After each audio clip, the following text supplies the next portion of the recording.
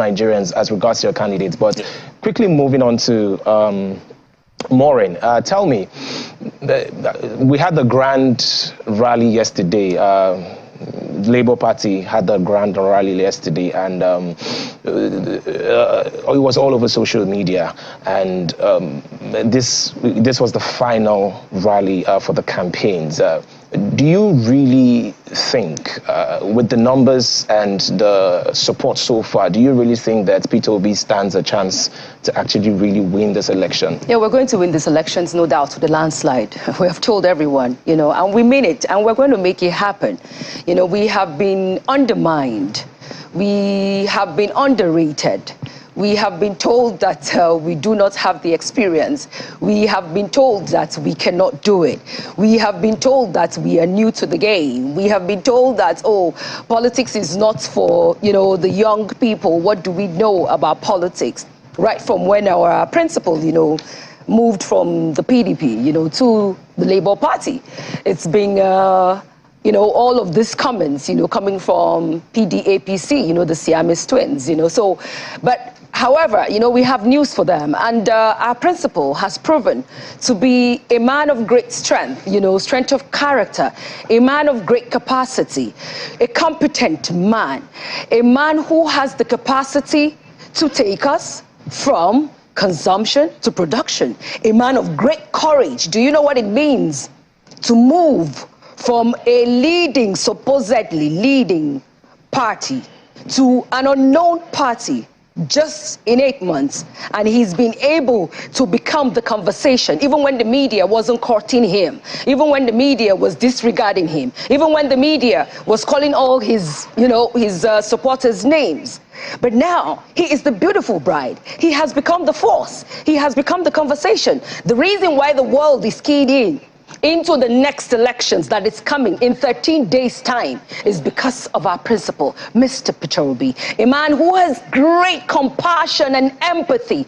He embodies the 5 C's that you look for in a leader, a man who has offered himself, a man who keeps taking himself to the people, not a man who is running away from the people, not a man whom we don't see him talk to us, not a man who clearly tells us he's bigger than bigger than the country that he wants to govern.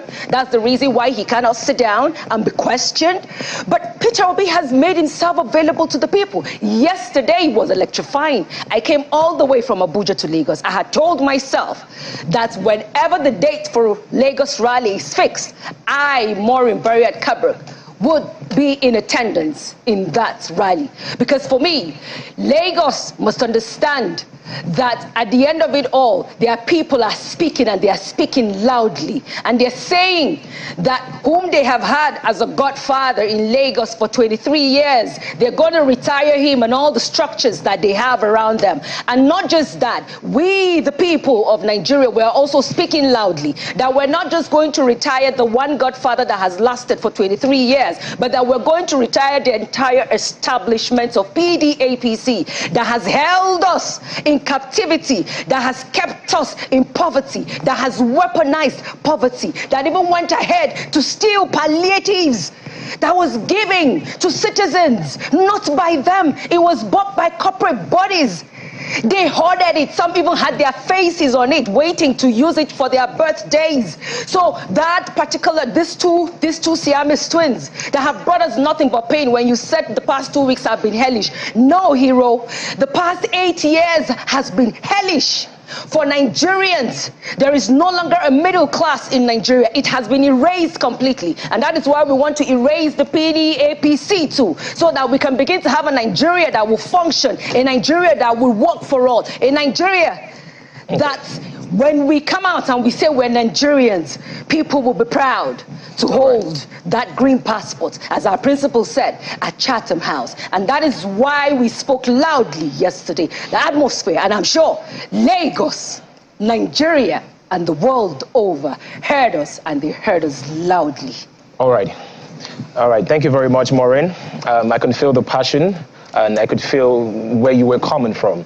Also, your candidate has a lot of youths and young people rallying around him. how would you say his popularity is amongst the older demography? And also, how would you rate his popularity in other parts of Nigeria? You know, there has been conversations around that in the grassroots in the north might not necessarily subscribe to Peter Obi simply because of they probably haven't heard enough of him. You know, that's just the propaganda that the PDAPC always put out. But our principal rounded up his rally yesterday in Lagos after he had visited all the other states, Abuja inclusive. And we all saw the turnout of people from the streets. Organic love, pure love. I come from Southern Kaduna. Going to Southern Kaduna was a last-minute decision from what I learned from the party. But when they got to Southern Kaduna, what did you see? My people showed up. Because for so many years, we have been disadvantaged. For so many years, we have been looking for a leader who will come and speak to us and tell us, I share in your pain. For so many years, we have been dislodged from our farms, from our lands. And he took himself there, and you saw the love.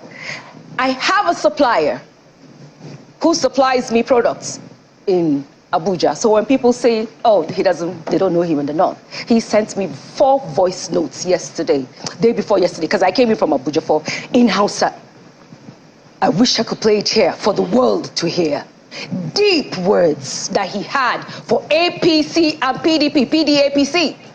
And he said, Madam, I'm not sure I'm allowed to speak Hausa on the show here, but I would have said a few of his lines in Hausa. But he said, we're waiting. Myself, my family, my community, because he comes from Sokoto State. He imports products into the country. Now he can no longer do that because of the rate of exchange. Normally he will go back to Sokoto during the farming season. Then when the farming season is over, he comes back to Abuja and carries on importation of, you know, the foreign goods he brings in. But it's practically impossible. He can't go to farm. Now he can't bring his products because dollars are not accessible to him. So what do you want people like? So there are, I tell you, the silent voters are in the majority. They are in that demography that you just mentioned, because we live in a cruel country where people are afraid to speak up. So people who are in that demographic, probably because they built businesses, or they just, oh, okay, you know, I'm still a civil servant, I don't want to talk, oh, this, that. But trust me, they will hear them loud and clear. They have made up their minds, and 25th, those silent voters, that demography will march to their polling units, and with their PVCs, Peter's Voters Card, as we have named it, they will make their choice for a new order, for a new Nigeria that we have said is possible. Thank you.